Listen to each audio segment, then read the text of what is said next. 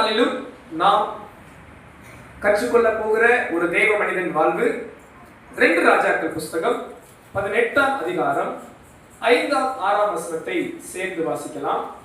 2 ராஜாக்கள் 18ஆம் அதிகாரம் 5ஆம் 6ஆம் வசனத்தை யாவரும் சேர்ந்து வாசிப்போம். அவன் இஸ்ரவேலின் தேவனாகிய கர்த்தரின் மேல் வைத்த நம்பிக்கையிலே அவனுக்கு பின்னும் அவனுக்கு முன்னும் இருந்த யூதாவின் ராஜாக்களில் எல்லாம் அவனை போல் ஒருவனும் இருந்ததில்லை. அவன் கர்த்தரை விட்டு பின்வாங்காமல் அவரை சார்ந்திருந்து கர்த்தர் மோசேக்கு கற்பித்த அவருடைய கற்பனைகளை கைக்கொண்டு நடந்தான். அல்லேலூயா. இந்த நாளிலே நாம் கற்றுக்கொள்கிற ஒரு தேவ மனிதன் வாழ்வு எசேக்கியா கர்த்தரை நம்பினவன். சேர்ந்து சொல்லலாமா? எசேக்கியா கர்த்தரை நம்பினவன். இந்த எசேக்கியா என்பவர் யூத தேசத்து ராஜா. அன்பானவர்களே, நாம் இஸ்ரவேல் தேசத்தின் முதல் ராஜா சவுல் என்று பார்த்தோம். சவுல், தாவீது, சாலமோன், இந்த 3 ராஜாக்கள் தான் மொத்த சமஸ்த இஸ்ரவேலையும் ஆளுகை செய்தார்கள். இஸ்ரவேல் தேசம் என்பது 12 கோத்திரங்களை உள்ளடக்கிய ஒரு தேசம். இந்த 12 கோத்திரங்களையும் இந்த 3 ராஜாக்கள் தான் ஆளுகை செய்தார்கள். சவுல், தாவீது, சாலமோன். சாலமோனின் பாவத்தினால் வந்த விளைவு கர்த்தர் ராஜ்யத்தை 2ஆக பிரித்தார். தென் தேசம், வடதேசம் என்று 2 கோத்திரங்கள் ஒரு பக்கமாகவும் 10 கோத்திரத்தார் ஒரு பக்கமாகவும் பிரிக்கப்பட்டார்கள். இந்த 2 கோத்திரம் யூதா, பென்யமீன் கோத்திரத்தார் யூத தேசம் என்றும், யூத கோத்திரம் யூத தேசம் என்றும், மற்ற 10 கோத்திரங்கள் இஸ்ரவேல் தேசம் என்றும் சொல்லப்பட்டது. இப்படி யூத தேசத்தாரை தாவீதின் வம்சத்தார் ஆண்டு வந்தார்கள்.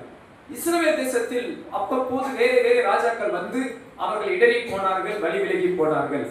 இப்படி யூத தேசத்தை ஆளுகை செய்து வந்த ராஜாக்களில் எசேக்கியா ராஜாவும் ஒரு பிரதானமான ராஜா. இந்த ராஜா எப்படி இருந்தான் என்று வேதம் சொல்லுகிறது தெரியுமா? இவன் கர்த்தர் மேல் வைத்த நம்பிக்கையில் இவனுக்கு முன்னும் இல்லை, இவனுக்கு பின்னும் இல்லை. எசேக்கியா கர்த்தரை உறுதியாய் நம்பினவன். கையை உயர்த்தி ஒரு ஆமென் சொல்லுங்க. அல்லேலூயா. நான் தாழ்மையை சிந்திக்கிறேன். நாம் ஒவ்வொருவரையும் பார்த்து இப்படி ஒரு சாட்சி சொன்னால் நன்றாக இருக்கும் அல்லவா? இந்த பிரதர், இந்த சிஸ்டர் ஆண்டவரை நம்புற நம்பிக்கையில இவங்களை போல யாரும் இல்லை அப்படி சொன்னா எவ்வளவு நல்லா இருக்கும். உங்களை பார்த்து இந்த பிரதரா, இந்த சிஸ்டரா, இவங்க ஏசப்பா மேல எவ்வளவு நம்பிக்கையா இருக்கிறாங்க தெரியுமா? இவங்கள மாதிரி யாருமே இல்லை, ஊர்லயே இல்லை. அப்படி ஒரு சாட்சி சொன்னா எப்படி இருக்கும்? வேதம் இந்த எசேக்கியா ராஜாவை குறித்து இப்படிப்பட்ட ஒரு சாட்சியை சொல்லுகிறது. அல்லேலூயா. இந்த மாலை நேரத்தில் இந்த எசேக்கியா வாழ்விலிருந்து ஏன் இவர் இப்படிப்பட்ட ஒரு நம்பிக்கையுடையவராய் இருந்தார், ஏன் இவர் இப்படி கர்த்தரை முழு நிச்சயமாய் சார்ந்திருந்தார், அதற்கு உதாரணமாக ஒரு சில வேத பகுதியில் இருந்து சில காரியங்களை உங்கள் முன் காண்பிக்க விரும்புகிறேன். ஒரு நேரம் இந்த எசேக்கியா ஆட்சி செய்த போது அவர் வாழ்வில் ஒரு பெரிய பிரச்சனை வந்தது. ராஜா என்றாலே பிரச்சனை வரும். அதுவும் முன் நாட்களில் ராஜ்யபாரம் நடத்துவது சாதாரணமான காரியம் அல்ல. ஒரு ராஜாங்கம் நடத்தும் போது பல எதிரி நாட்டு படைகள் அவர்களை தாக்குவது சாதாரண ஒரு காரியம். அப்படி இந்த எசேக்கியா ராஜாவா இருந்த போது அந்நாட்களில் மகாராஜா சர்வ அதிகாரமுடைய வல்லரசு நாடு என்று சொல்லத்தக்க ஒரு நாடு இருந்தது. அதுதான் அசீரியா ராஜ்யம். அசீரியா ராஜ்யம் அந்நாட்களிலே ஒரு வல்லரசு போல் இருந்தது. நாம் வேதத்திலே பார்க்கிறோம், அநேக வல்லரசுகள் இருந்திருக்கிறார்கள். ஒரு காலகட்டம் எகிப்து பெரிய சாம்ராஜ்யமா இருந்திருக்கிறது. ஒரு காலகட்டம் அசிரியா பெரிய சாம்ராஜ்யமா இருந்திருக்கிறது. ஒரு காலகட்டம் மேதிய பெர்சிய ராஜ்யம் ஒரு சாம்ராஜ்யமா இருந்திருக்கிறது. ஒரு காலகட்டம் பாபிலோன் ஒரு பெரிய சாம்ராஜ்யமா இருந்திருக்கிறது. ஒரு காலகட்டம் ரோம பேரரசு ஒரு பெரிய சாம்ராஜ்யமா இருந்திருக்கிறது. ஒரு காலகட்டம் கிரேக்க பேரரசு ஒரு பெரிய சாம்ராஜ்யமா இருந்திருக்கிறது. இப்படி பல சாம்ராஜ்யங்கள் இருந்ததை நாம் பார்க்க முடியும் சரித்திரத்திலே. அதுபோல இந்த எசேக்கியா இருந்த நாட்களிலே அசீரிய தேசம் ஒரு பெரிய சாம்ராஜ்யமா இருந்தது. பெரிய படைபலம் உள்ள ராஜாவா இருந்தான். பெரிய ராணுவ பலம் உள்ள ஒரு ராஜாவா இருந்தான். அப்படிப்பட்ட ராஜா இவனை சூழ்ந்து படையெடுக்க வந்து விட்டான். இவனை சூழ்ந்து பல லட்சம் போர் வீரர்களை கொண்டு வந்து இவன் யூத தேசத்தை சுற்றி வளைத்துக் கொண்டான். நெருக்கமான நேரம், என்ன செய்வதென்றே தெரியவில்லை. எசேக்கியா அவரோடு சமரசம் பண்ண முயற்சி செய்து பார்த்தான். ஆனால் அந்த ராஜாவுக்கு சமரசம் செய்ய விருப்பமில்லை. தான் நினைப்பதை செய்ய வேண்டும் என்று இந்த அசிரிய சாம்ராஜ்யத்தின் மன்னன் சனகரிப் நினைத்தான்.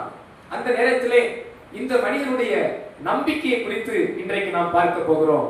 அவன் இப்படிப்பட்ட பிரச்சனை நேரத்தில் அவன் எப்படிப்பட்ட நம்பிக்கையுடையவனா இருந்தான். முதல் காரியம் பார்க்கலாம். 2 ராஜாக்கள் 19ஆம் அதிகாரம் 14-15 வசனத்தை வாசிக்கலாம். எசேக்கியா ஸ்தானாதிபதிகளின் கையிலிருந்து நிருபத்தை வாங்கி வாசித்த பின்பு அவன் கர்த்தரின் ஆலயத்திற்கு போய் அதை கர்த்தருக்கு முன்பாக விரித்து கர்த்தரை நோக்கி, கேருபீன்களின் மத்தியில் வாசம் பண்ணுகிற இஸ்ரவேலின் தேவனாகிய கர்த்தாவே, நீர் ஒருவரே பூமியின் ராஜ்யங்களுக்கெல்லாம் தேவனானவர். நீர் வானத்தையும் பூமியையும் உண்டாக்கினீர். கரங்களை உயர்த்தி ஒரு ஆமென் சொல்லுங்க. அல்லேலூயா. முதலாவது ஒரு காரியம் அன்பானவர்களே, இந்த எசேக்கியா கர்த்தர் மேல் எவ்வளவு நம்பிக்கையா இருந்தான் என்கிறதை காண்பிக்கிற முதல் காரியம் என்ன தெரியுமா? இவன் வாழ்வில் இருந்து நாம் கற்றுக்கொள்ள போகிற முதல் காரியம், இந்த எசேக்கியாவுக்குள் இருந்த நம்பிக்கை, நான் சந்திக்கிற பிரச்சனைகளை காட்டிலும் என் தேவன் மேலானவர். அல்லேலூயா. சேர்ந்து சொல்லலாமா? நான் சந்திக்கிற என் பிரச்சனைகளை காட்டிலும் என் தேவன் பெரியவர். அல்லேலூயா. இந்த எசேக்கியா ராஜாவை பயமுறுத்தி அந்த அசிரிய சாம்ராஜ்யத்தின் மன்னன் நிருபத்தை அனுப்புகிறான். அந்த நிருபத்தை எடுத்துக்கொண்டு நேராக எசேக்கியா ராஜா எங்க வருகிறான்? ஆலயத்துக்கு வந்தான். எதிரி பெரும்படை இருக்கிறது, சுற்றிலும் பெரிய சேனை நிற்கிறது. இந்த மன்னனிடத்தில் சில படைகள் கூட இல்லை, கொஞ்சம் பேர் கூட இல்லை, சண்டையிட்டு ஜெயிப்பதற்கு வாய்ப்பே இல்லை. இவன் நேர அந்த கடிதத்தை எடுத்துக்கொண்டு ஆலயத்தில் விரித்து சொல்லுகிறான், என் தேவனாகிய கர்த்தாவே, நீர் கேருபீன்கள் சேராபீன்கள் மத்தியில் வாசம் பண்ணுகிறவர். அந்த வார்த்தை எனக்கு ரொம்ப பிடித்திருக்கிறது.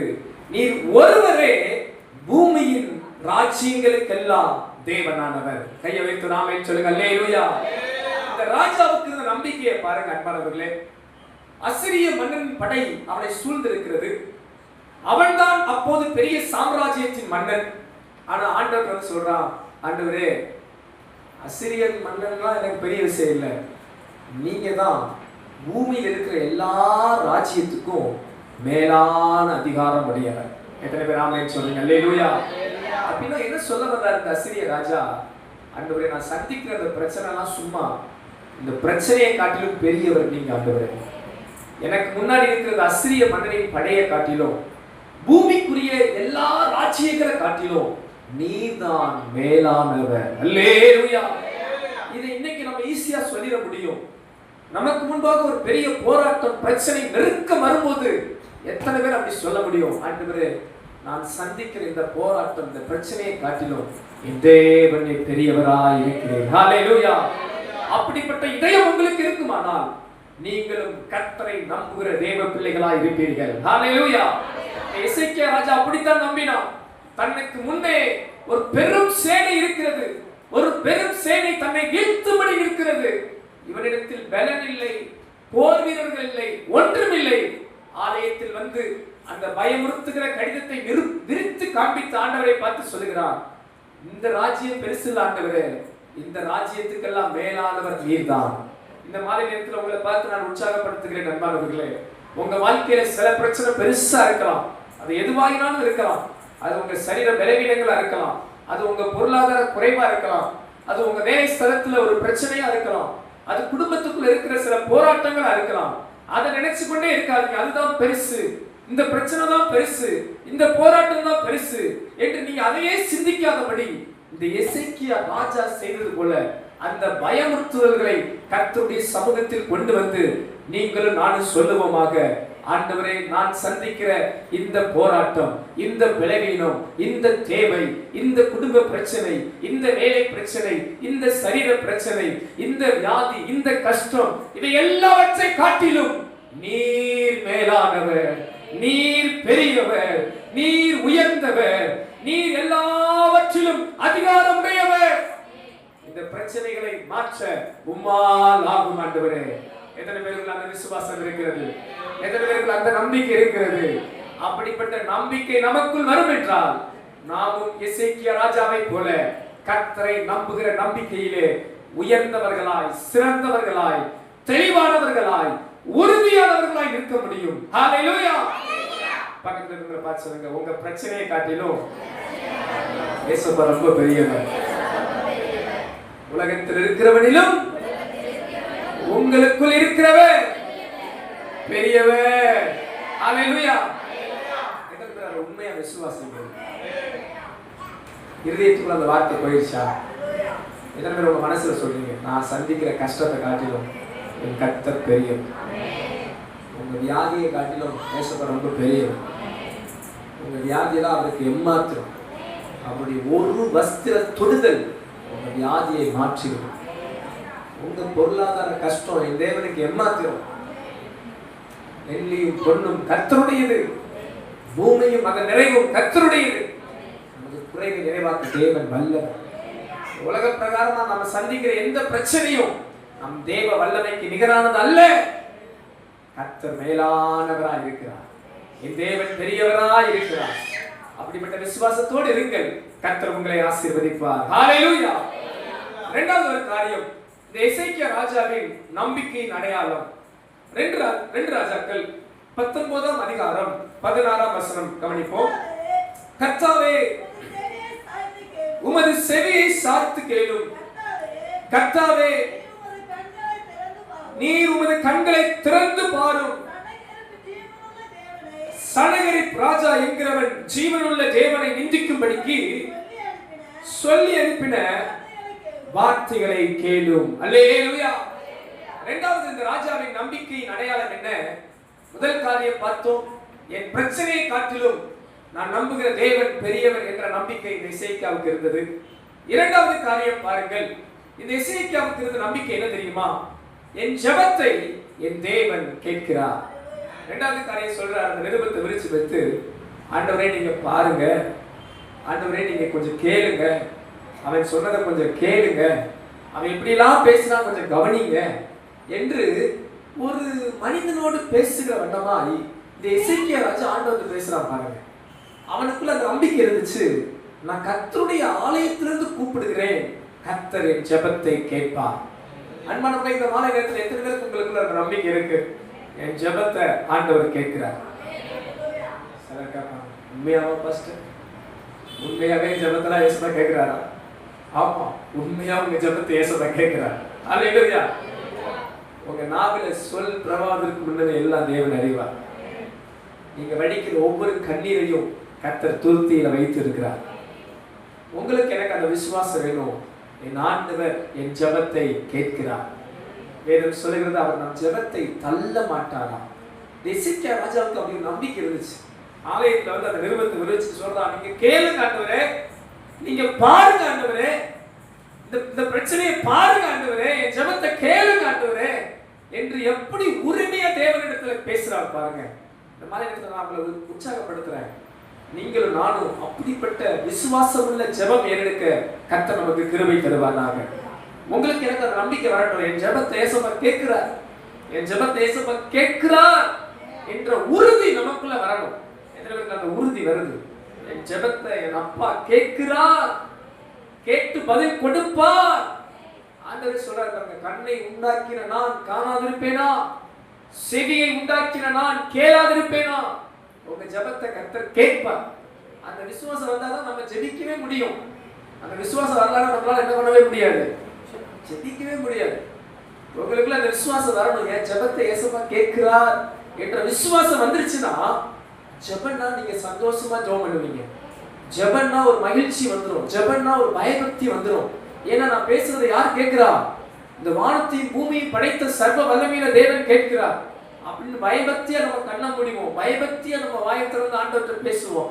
பயபக்தியா நம்ம ஜெபம் பண்ணுவோம். காரணம், நம் தேவன் நம் ஜெபத்தை கேட்டுக்கொண்டிருக்கிறார். ஹல்லேலூயா. இந்த மாலை நேரத்துல நான் உங்களை பார்த்து உற்சாகப்படுத்துறேன். இந்த 40 நாள் நீங்க ஜெபிக்கிற ஒவ்வொரு ஜெபத்தையும் கர்த்தர் கேட்டுக்கொண்டே இருக்கிறார். பதில் கொடுக்க வல்லவராய் இருக்கிறார். ஏற்ற நேரத்தில் நீங்க பதிலை பார்ப்பீர்கள். இந்த ஜெபத்துக்கெல்லாம் ஒரு அறுவடை உண்டு. பக்கத்துல பார்த்து சொல்லுங்க, இந்த ஜெபம் என்கிற விதையை விதைக்கிறோம், ஒரு நாள் அறுப்போம், அறுவடை நிச்சயம். ஹalleluya. இன்னொரு சொல்லுமா, நீங்க நிறைய விதைச்சீங்கன்னா கொஞ்சமா விதைச்சீங்கன்னா அப்படின்ற அர்த்தம். நீங்க நிறைய ஜெபம் பண்ணீங்கன்னா நிறைய, நீங்க கொஞ்சமா ஜெபம் பண்ணீங்கன்னா நான் சொல்லல. ஹalleluya. இரண்டாவது ஒரு காரியம், எசேக்கியா ராஜாவின் நம்பிக்கை எப்படி இருந்தது என்றால், என் ஜெபத்தை என் தேவன் கேட்கிறார் என்கிற நம்பிக்கை இருந்தது. இந்த மாநிலத்தில் எல்லாரையும் உற்சாகப்படுத்துறேன், ஜெபிக்க கஷ்டப்படாதீங்க. நீங்க சில நேரங்களில் ஒரு மணி நேரம் நான் உட்கார்ந்து ஜெபிக்கவே வருத்தப்படாதீங்க. நீங்க ஜெப சிந்தையோடு இருக்க உங்களை உற்சாகப்படுத்துறேன். உதாரணமா வேலை பார்க்குறவங்க, ஸ்கூலுக்கு போற வாலிப பிள்ளைகள் எல்லாருக்கும் ஒரு நீங்க நீங்க ஆண்டவரோடு பேசுங்க, பேசி பழகுங்க, ஆண்டவரோட பழகுங்க. ஆண்டவரோட என்ன பண்ணுங்க? பழகுங்க. பக்கத்துல சொல்லுங்க, ஆண்டவரோட என்ன பண்ணுங்க? பழகுங்க. கொஞ்சம் என்ன பண்ணணும்? அப்பதான் ஃப்ரெண்ட்ஷிப் வரும், ஒரு ஃபெலோஷிப் வரும். சும்மா ஆண்டவரை தூரமா வச்சுக்காதீங்க. சார் ஆண்டவர் எங்க வச்சுருவாங்க? தூரமா வச்சுக்குவாங்க. சாத்தான எங்க வச்சுக்குவாங்க? பரவாயில்லையே.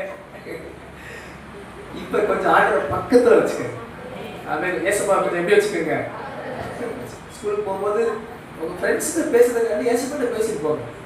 ஐயோ பாருங்க, நீங்க ஆண்டவருக்கு தான் உண்மையா இருக்க முடியும்.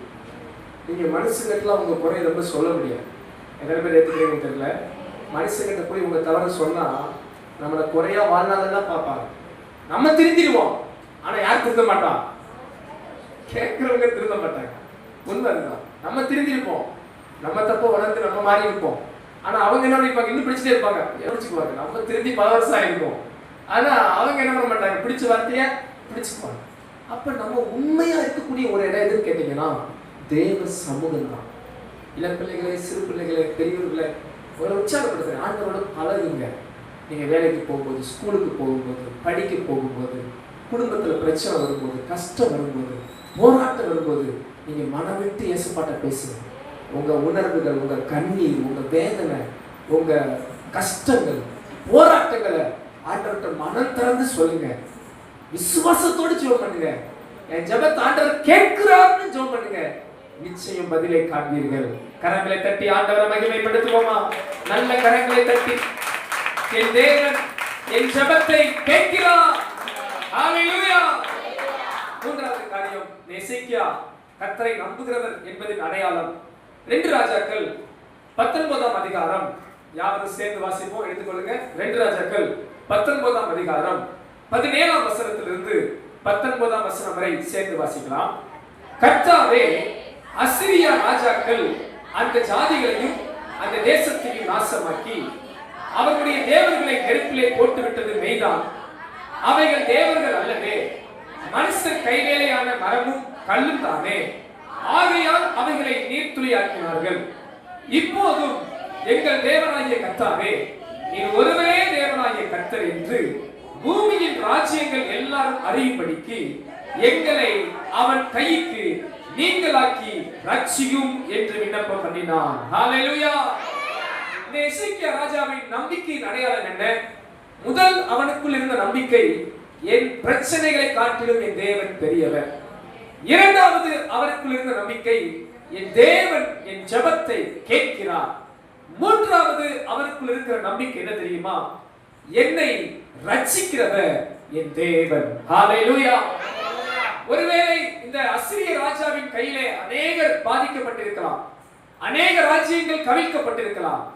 ஆனால் என்னை காப்பாற்றுகிற ஒரு தேவன் இருக்கிறார், என்னை தப்புவிக்கிற ஒரு தேவன் இருக்கிறார்.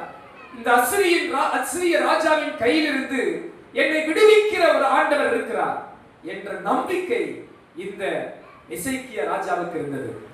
ஆதலால் அவன் அப்படி சொல்லி ஜெபிக்கிறான், ஆண்டவரே, அவன் கைக்கு என்னை ரட்சியும் என்று சொல்லி ஜெபம் பண்ணுகிறான். அல்லேலூயா.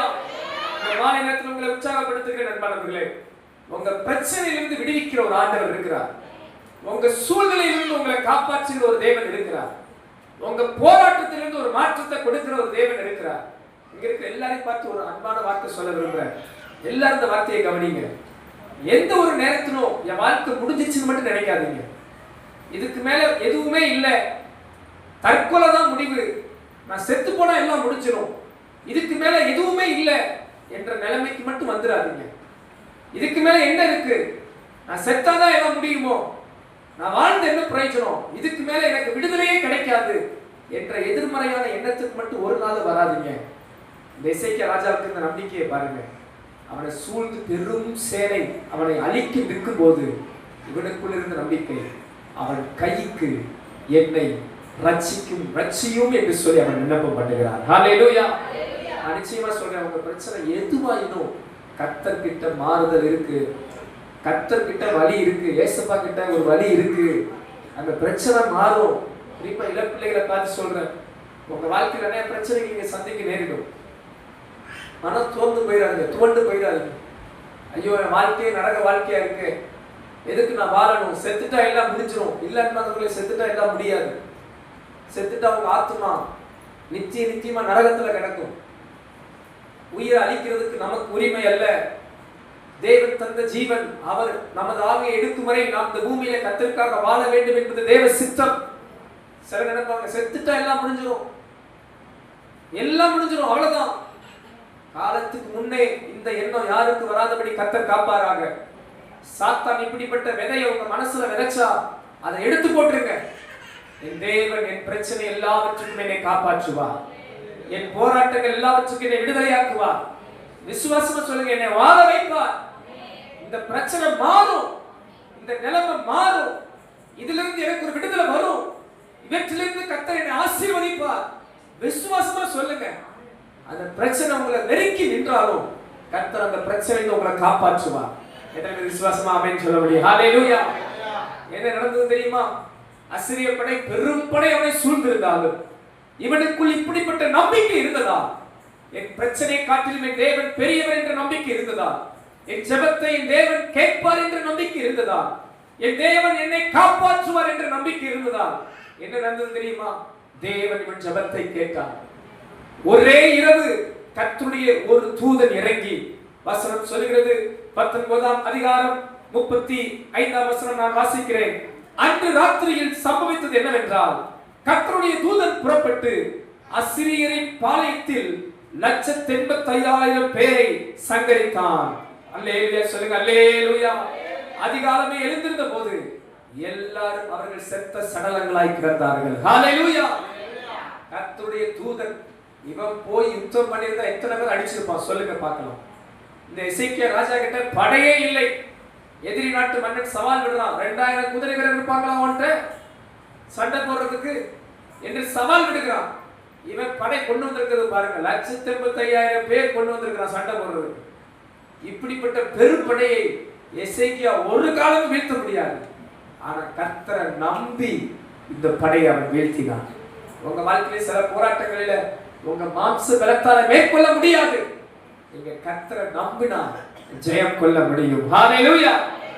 உங்க பிரச்சனை எதுவா இருந்தாலும் அன்று ராத்திரியிலே கர்த்தர் இந்த எசேக்கியாவுக்காக இறங்கினார். நான் தாழ்மையை சொல்றேன், ஒரு இரவு கர்த்தருக்கு போதும் உங்க பிரச்சனையை மாற்ற. ஒரு வினாடி கர்த்தருக்கு போதும் உங்க சூழ்நிலையை மாற்ற. கர்த்தரை உறுதியா நம்பி நில்லுங்க, கடைசி வரை நம்பி நில்லுங்க. கர்த்தர் உங்களை கைவிடவே மாட்டார். கர்த்தரை நம்புகிற மனுஷன் பனையை போல செழிப்பான். கர்த்தரை நம்புகிற மனுஷன் வெட்கப்பட்டு போவதில்லை. கர்த்தரை நம்புகிற மனுஷன் கைவிடப்பட்டு போவதில்லை. எசேக்கியா ராஜா கர்த்தரை நம்பினான். எனது தாழ்மையான அன்பான ஆலோசனை, கடைசி வரை கர்த்தரை நம்புகிற நம்பிக்கையில உறுதியா இருங்க. கர்த்தர் உங்களையும் நிச்சயமா ஆசீர்வதித்து ரட்சித்து காப்பாற்றுவார்.